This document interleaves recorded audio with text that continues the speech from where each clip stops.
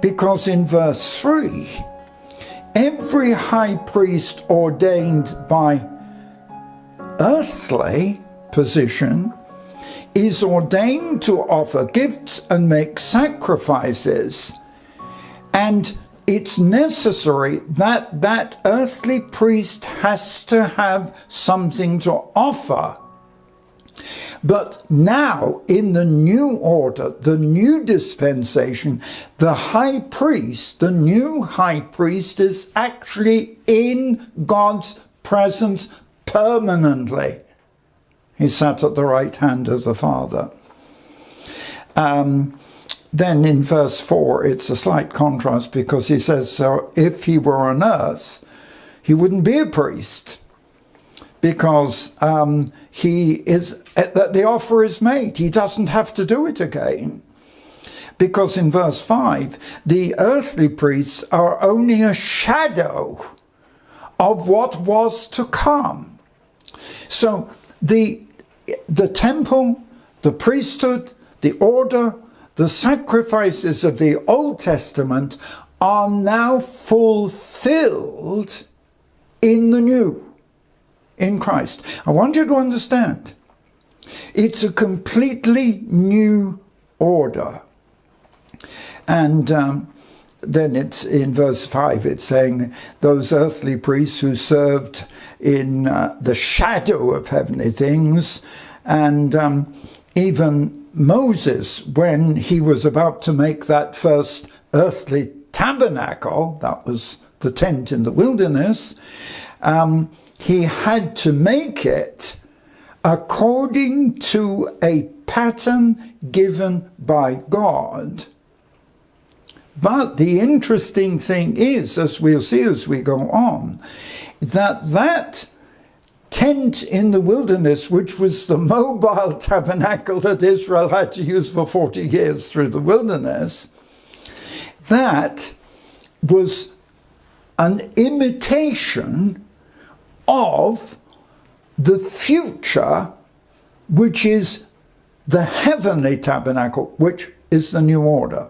So we don't need the temple, we don't need the tabernacle down here, we don't need the temple, we don't need these orders, because all of this is now complete in heaven. So what Moses did, and even what David did when through Solomon, when they built the temple, these things were only a shadow, a foretaste, but a picture of what would one day be in heaven. You understand? They were a shadow, a type, just as the priesthood was. Now, it says in verse 6, going back into verse 5, Moses was ordered by God and checked and commanded, as he was about to make the temple, that it had to be done exactly, in verse 5, according to the pattern that he was showed on Mount Sinai. But now he's obtained a more excellent ministry. That's Jesus. Jesus has obtained a more excellent ministry, because he is now the mediator of a better covenant, which was established upon better promises. So the Old Testament's passed away. The laws, the orders of the Old Testament are now fulfilled. And Christ is a fulfillment of the law. He can become a high priest because he is the sacrifice. And he died once, just once. But because he's in the presence of God, that is a living sacrifice constantly. And every time God looks on his Son, he sees the sacrifice, not a repetition. I want you to understand this.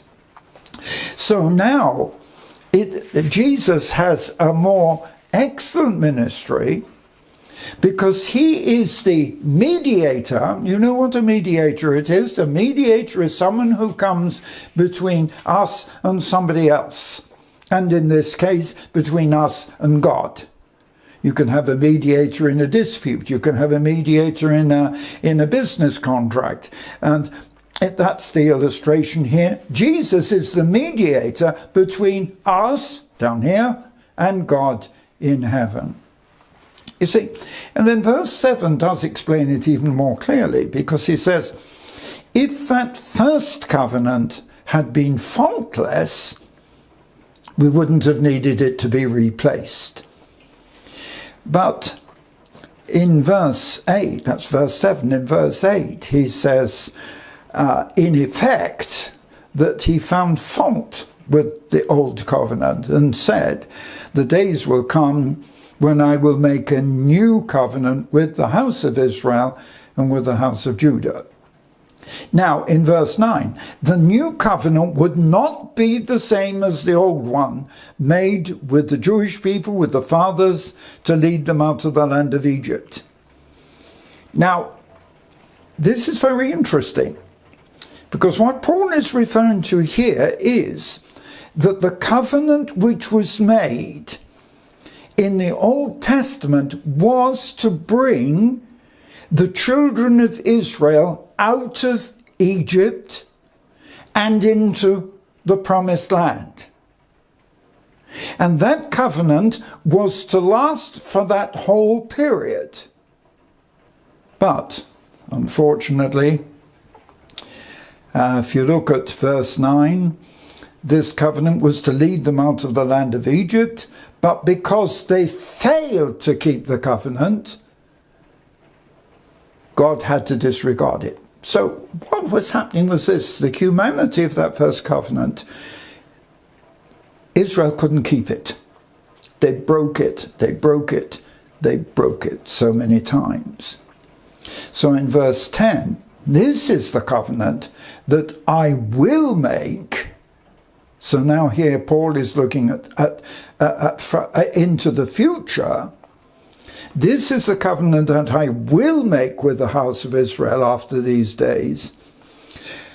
I will put my laws in their minds, write them on their hearts, and I will be to them a God, and they shall be to me a people. So instead of the 10 commandments, instead of the written law, what Paul is saying is that God says he would replace that by putting God's laws in our hearts.